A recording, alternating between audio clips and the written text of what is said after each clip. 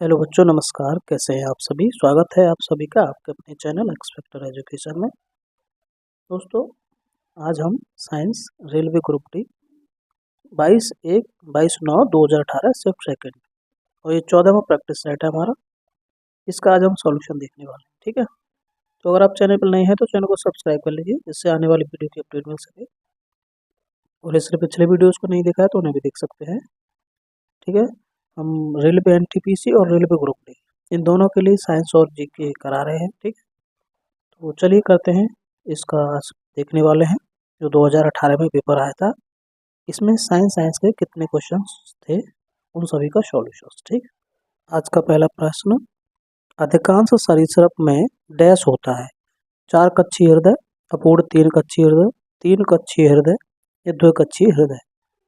सरीसृपों के अंदर हृदय बताना है तो ये 3 कक्ष का हृदय होता है, यानी 3 चैम्बर होते हैं।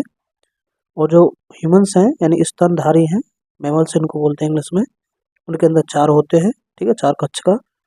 और जो तुम्हारे जल में रहने वाले होते हैं उनका 2 कक्षीय होता है, जैसे मछली।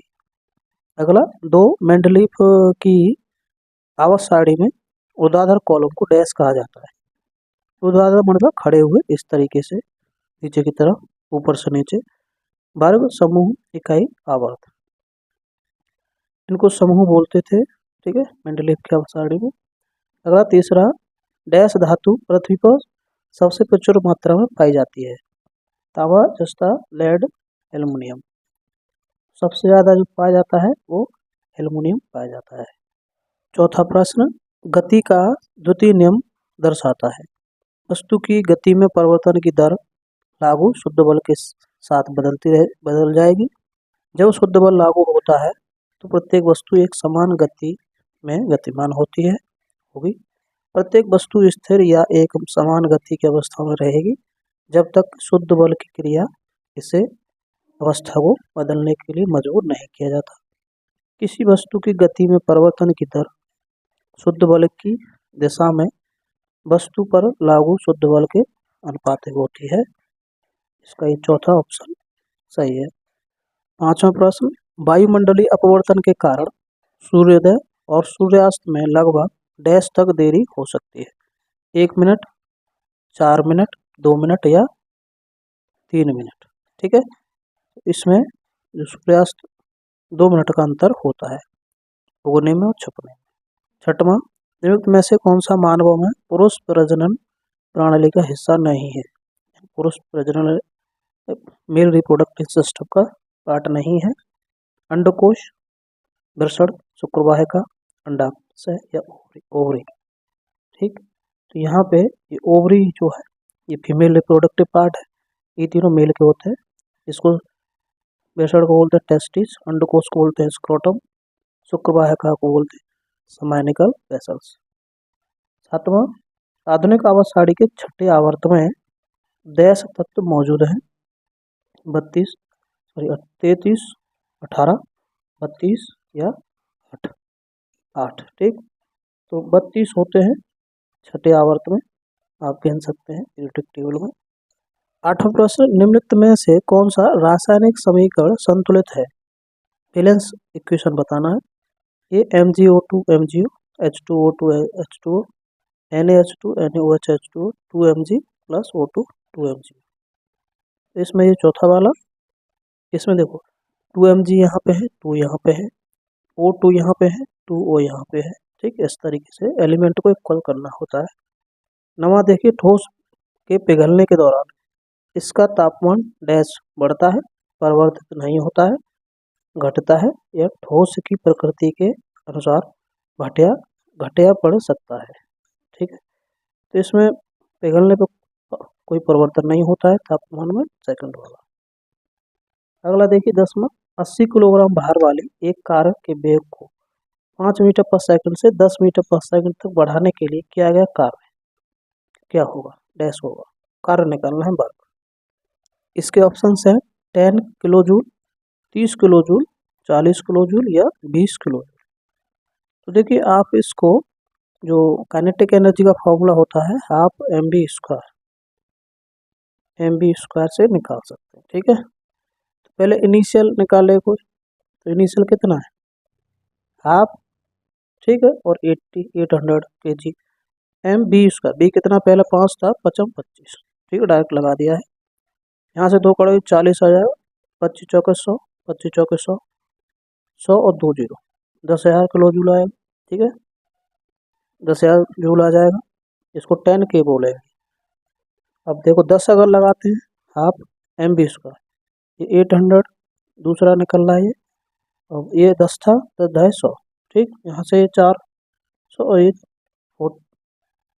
4000 जूल, ये जूल में आएंगे दोनों आंसर, लेकिन हमें चाहिए किलो जूल में, क्योंकि सब किलो जूल में। तो ये एक 10,000 जूल का, 1,000 का के लगा देंगे 10 के, ये 40 के, तो 40 के में से 10 के माइनस करोगे 30 के जूल आ जाएगा। इस तरीके से इसको निकालो। दो अगला कह रहा हूँ, दो बल्बों में से एक दूसरे की तुलना में अधिक चमकता है, कौन से बल्ब का प्रतिरोध उच्च होगा?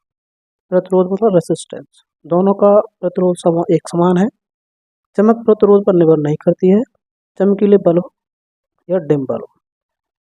तो चमक ज़्यादा है, प्रतिरोध बताना क्या रहेगा उसका, तो उसका डिम बल्ब का प्रतिरोध कम रहेगा, ठीक है, डिम बल्ब अधिक चमकेगा।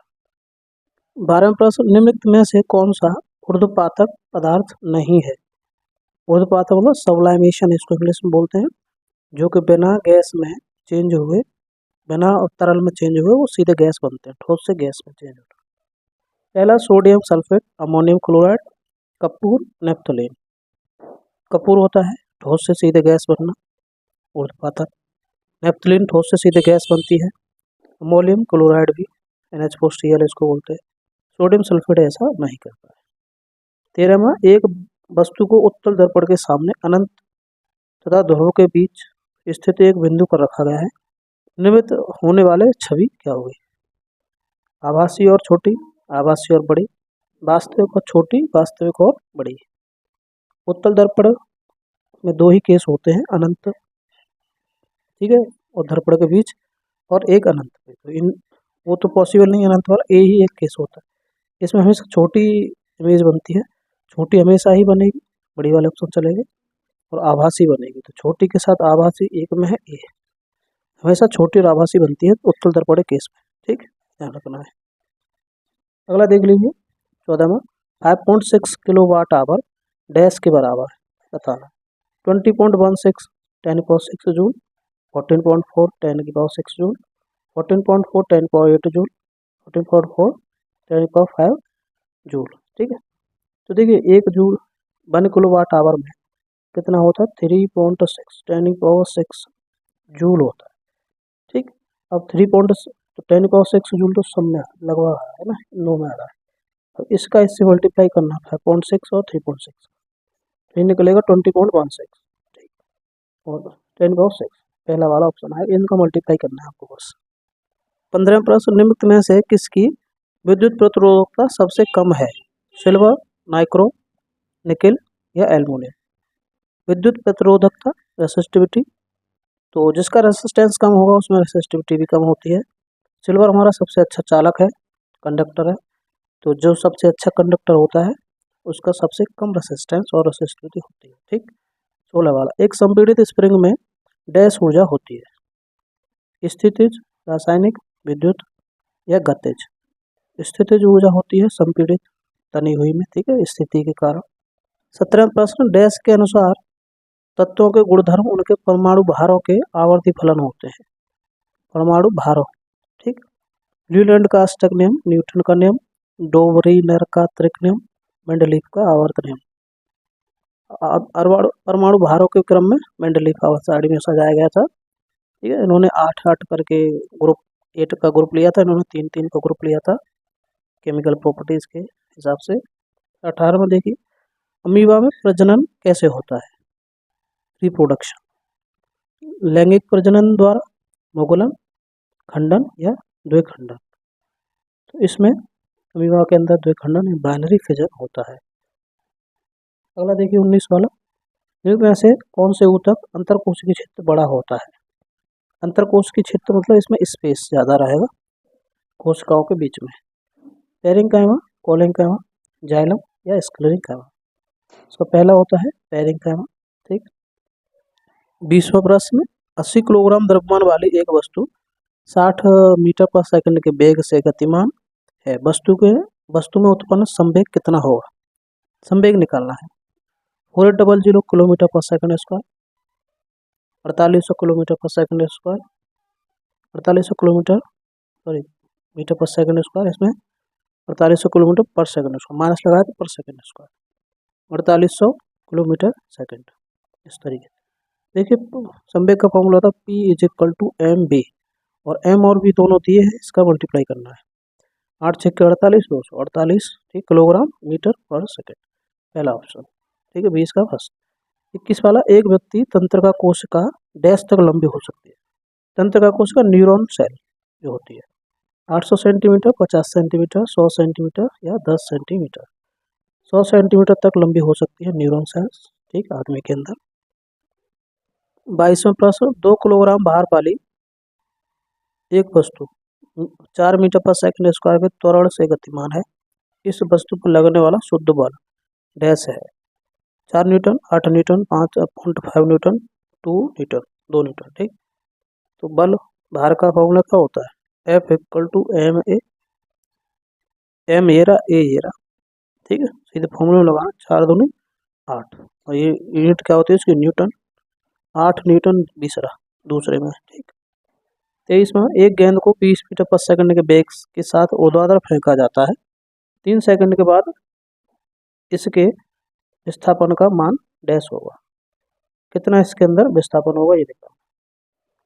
इसके ऑप्शंस हैं 15 मीटर, 25 मीटर, 10 मीटर या 20 मीटर। ठीक है, तो वेग दिया था 20 और 3 सेकंड में बताना था। तो देखो एक होता है S equal to U T plus half G T square, इससे निकाल सकते हैं डिस्प्लेसमेंट ये h हाइट। ठीक, तो u कितना 20 है, t कितना था हमारा 3 सेकंड।